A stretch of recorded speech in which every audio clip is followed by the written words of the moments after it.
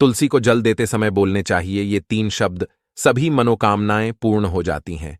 दोस्तों, पिछले वीडियो में हमने आपको तुलसी को जल देने के महात्म्य की कथा सुनाई है। आज के इस वीडियो में हम जानेंगे तुलसी को जल देते समय क्या बोलना चाहिए। एक बार की बात है, देवी सत्यभामा ने भगवान श्री कृष्ण से तुलसी को जल देने का महत्व पूछ लिया था। तब भगवान श्री कृष्ण ने उन्हें उसका महात्म्य सुना दिया था। आगे देवी सत्यभामा कहती है, हे स्वामी, आपने मुझे तुलसी को जल देने का महत्व तो बता दिया है, किंतु अब मेरे मन में यह जानने की जिज्ञासा हो रही है कि तुलसी को जल कैसे देना चाहिए, तुलसी को जल देने की सर्वोत्तम विधि कौन सी है तथा तुलसी को जल देने का मंत्र कौन सा है। कृपया आप मुझे इन सभी प्रश्नों का उत्तर दें। तब भगवान श्री कृष्ण देवी सत्यभामा से कहते हैं, हे प्रिय, जिस प्रकार से मैंने तुम्हें तुलसी का महात्म्य सुनाया है, उसी प्रकार से तुलसी को जल देते समय बोले जाने वाले मंत्र का भी बड़ा महत्व है। यह मंत्र केवल 3 शब्दों का है, किंतु इसका प्रभाव बहुत कल्याणकारी है। जो भी मनुष्य नित्य तुलसी को जल देते समय अपने मुख से केवल ये 3 शब्द बोल देता है, तो साक्षात लक्ष्मी उसके घर में प्रवेश करती है, उसकी दरिद्रता समाप्त हो जाती है, उसे धन धान्य की प्राप्ति होती है। वह मंत्र बताने से पूर्व मैं आपको तुलसी के इस मंत्र का महात्म्य सुनाता हूं। इस महात्म्य को सुन लेने मात्र से ही मनुष्य के समस्त पाप नष्ट हो जाते हैं। उसे 100 वर्षों तक तुलसी को जल देने का पुण्य प्राप्त हो जाता है। इसीलिए देवी, आप इस कथा को ध्यान से पूरा जरूर सुने। देवी सत्यभामा कहती है, हे प्रभु, मैं इस कथा को पूरा अवश्य सुनूंगी, आप मुझे तुलसी के मंत्र का महात्म्य सुनाइए। श्री कृष्ण कहते हैं, हे देवी सत्यभामा, दक्षिण में एक अत्यंत शोभायमान नगरी थी। उस नगरी में सुशर्मा नाम का एक खोटी बुद्धि का ब्राह्मण रहता था। पापियों का तो वह शिरोमणि था। उसका जन्म एक ऐसे ब्राह्मण परिवार में हुआ था जो पाप कर्म करने वाले, शास्त्र ज्ञान से शून्य थे। वह जन्म से तो ब्राह्मण था, किंतु कर्म से वह अत्यंत दुराचारी था। वह न पूजा पाठ करता, न ध्यान करता, न जप, न होम और न ही अतिथियों का सत्कार करता था। उसके द्वार पर आए अतिथियों को बिना दान किए ही क्रूरतापूर्वक भगा देता था। स्त्री लंपट होने के कारण वह सदैव ही पराई स्त्रियों में आसक्त रहता था। उसे मदिरा पान करने की भी आदत थी, साथ ही वह मांस खाया करता था। वह दिन में खेत में काम करके पत्ते बेचकर जीविका चलाया करता था और रात्रि में वेश्याओं का सेवन करता था। इस प्रकार से उस ब्राह्मण ने अनेक वर्षों तक जीवन व्यतीत किया। फिर एक दिन वह दुर्बुद्धि सुशर्मा बेचने के लिए पत्ते इकट्ठा करने के लिए एक ऋषि की वाटिका में घूमने लगा और पत्ते तोड़ने लगा। तभी एक काल रूपधारी काले सर्प ने उस ब्राह्मण को काट लिया और उसी समय पर उसकी मृत्यु हो गई। उसके बाद 2 यम के दूत उसे लेने के लिए उस स्थान पर प्रकट हुए और उसे उठाकर यमलोक ले जाने लगे। मार्ग में वह यमदूतों के सामने बहुत विलाप करने लगा, हे दूतों, मुझे कहां ले जा रहे हो? मुझे छोड़ दो, मेरे प्राण बख्श दो। किंतु यमदूत उसे यह कहते हुए ले जाने लगे, अरे दुष्ट ब्राह्मण, तेरे पाप कर्मों के कारण तुझे सांप ने काट लिया है। अब यमराज तुझे अवश्य घोर नरक में डाल देंगे। फिर यम के दूत उस ब्राह्मण को लेकर यमलोक पहुंचते हैं और यमराज के सामने खड़े हो जाते हैं। चित्रगुप्त उस ब्राह्मण का लेखा जोखा निकालते हैं और यमराज से कहते हैं, हे धर्मराज, इस ब्राह्मण ने बचपन से लेकर मृत्यु तक पाप ही पाप किया है, इसने कभी कोई पुण्य का काम नहीं किया है। फिर धर्मराज अपने दूतों से कहते हैं, हे दूतों, इस घोर पाप करने वाले ब्राह्मण को उठाकर ले जाओ और इसे नरक में डाल दो। फिर यम के दूत उस ब्राह्मण को ले जाते हैं और नरक की भयंकर अग्नि में धकेल देते हैं। अनेक वर्षों तक नरक में सजा भुगतने के बाद उस ब्राह्मण को दूसरे जन्म में एक बैल का शरीर मिलता है। बैल का जन्म पाकर वह बोझ उठाने का काम करने लगा। उसका मालिक उससे दिन रात काम करवाने लगा। फिर जब उस बैल की शक्ति कम हुई तो उसके मालिक ने उसे एक लंगड़े आदमी को बेच दिया। उस लंगड़े आदमी ने उस बैल को खुद का बोझ उठाने के लिए उपयोग किया। वह उसकी पीठ पर बैठकर घुमा करता था। इस प्रकार से उस बैल ने 8 वर्ष तक उस लंगड़े आदमी का बोझ उठाया। फिर एक दिन वह लंगड़ा आदमी उस बैल की पीठ पर बैठकर किसी ऊंचे पर्वत पर जाने लगता है।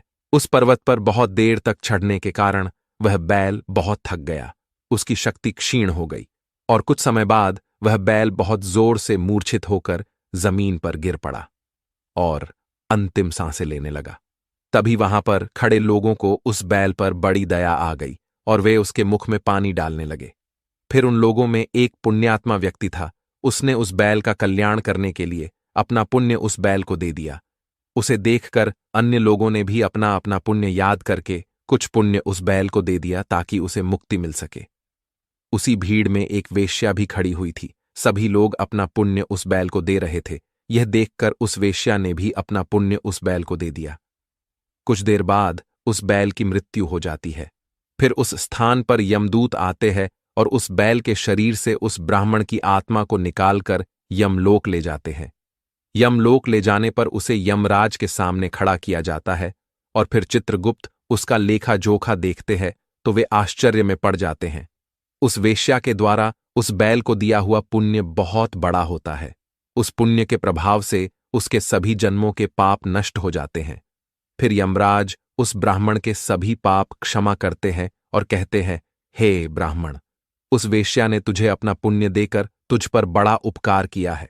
केवल उसी के पुण्य के कारण तुम्हारे सब जन्मों के पाप नष्ट हो गए हैं और यमराज उसे फिर से मनुष्य जन्म प्रदान करते हैं। इस बार वह पृथ्वी पर आकर एक उत्तम ब्राह्मण कुल में जन्म लेता है। उस महापुण्य के प्रभाव से उसे इस नए जन्म में अपने पूर्व जन्म की बातें याद आने लगती है। जब वह ब्राह्मण बड़ा हो जाता है तो उसे याद आता है कि पिछले जन्म में जब वह बैल था तब एक वेश्या ने उसे उसका पुण्य दे दिया था। इसीलिए उसके मन में उस वेश्या के बारे में जानने की इच्छा होती है और उस महापुण्य के बारे में जानने के लिए उस वेश्या का पता लगाकर उसे ढूंढते हुए उसके नगर में चला जाता है। वह वेश्या अब बूढ़ी हो चुकी थी। फिर जब उसे वह वेश्या मिल जाती है तो वह उसके सामने जाकर उसे बार बार प्रणाम करता है और उस वेश्या का धन्यवाद करने लगता है। वह वेश्या कहने लगती है, हे ब्राह्मण श्रेष्ठ, आप कौन हैं और किस कारणवश आप मुझ वेश्या को धन्यवाद दे रहे हैं? मैंने आपका कौन सा कार्य किया है जो आप मुझे नमस्कार कर रहे हैं? तब वह ब्राह्मण कहता है, हे माता, मैं वही बैल हूं जिसे तुमने अपना पुण्य दे डाला था। अपने पाप कर्मों के कारण मुझे पिछले जन्म में बैल होना पड़ा था। उस पर्वत पर जब मैं मर रहा था तो तुमने मुझे अपना पुण्य दिया था। तुम्हारे पुण्य के प्रभाव से ही आज मुझे फिर से मनुष्य जन्म मिला है।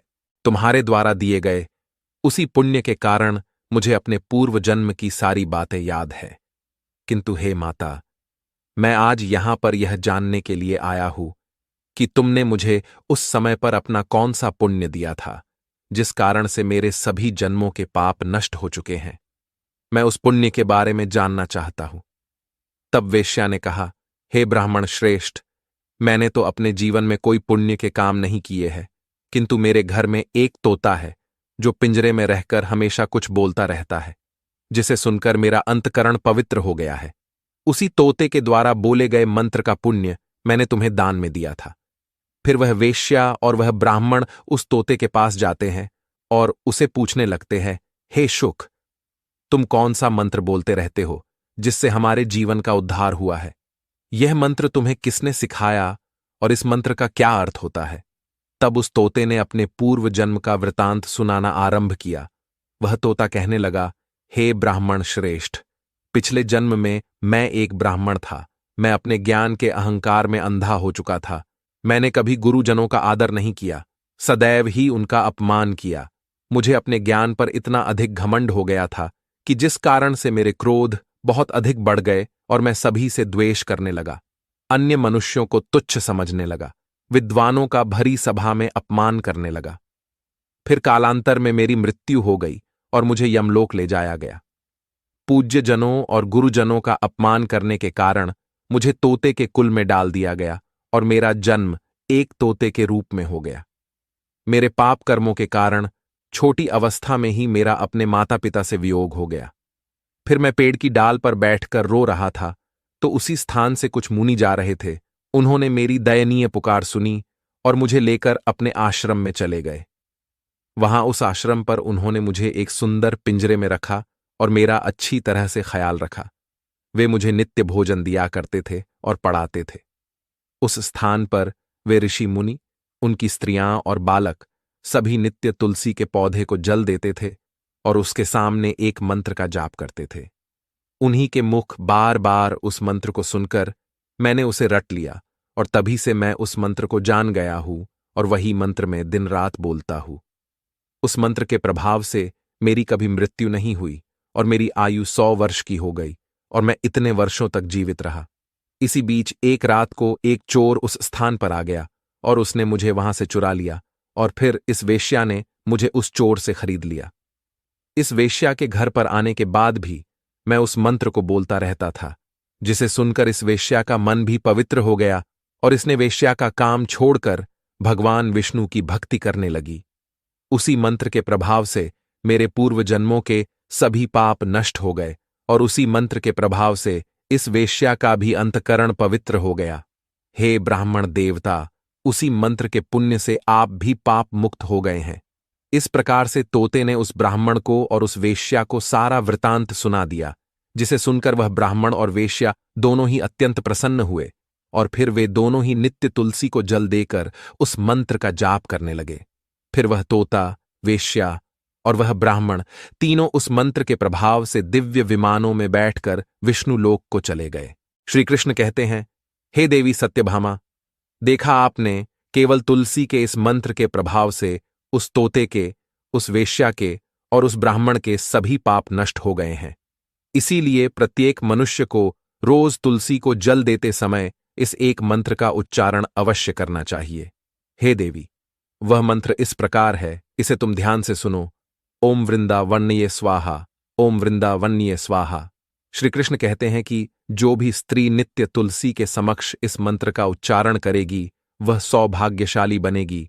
जो भी पुरुष तुलसी के सामने इस मंत्र का उच्चारण करेगा उसे अक्षय धन की प्राप्ति होगी। जिस घर के सामने नित्य तुलसी की पूजा की जाएगी उस घर में साक्षात लक्ष्मी का वास होगा। तुलसी का यह मंत्र मंत्रराज कल्पतरु है, यह समस्त फलों को प्रदान करने वाला है। अतः जो भी तुलसी के सामने इस मंत्र का उच्चारण करेगा उसे संपूर्ण सिद्धियां प्राप्त होगी। स्त्रियों को सदैव ही स्नान करके, अपने बाल बांधकर, मांग में सिंदूर भरकर नित्य तुलसी को जल देना चाहिए और इस मंत्र का उच्चारण करना चाहिए।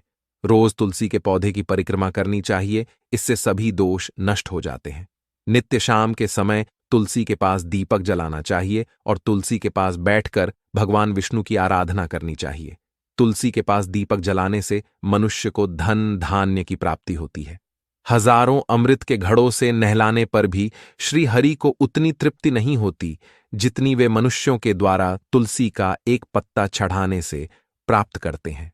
10,000 गाय के दान से मानव जो फल प्राप्त करता है वही फल तुलसी पत्र के दान से पा लेता है।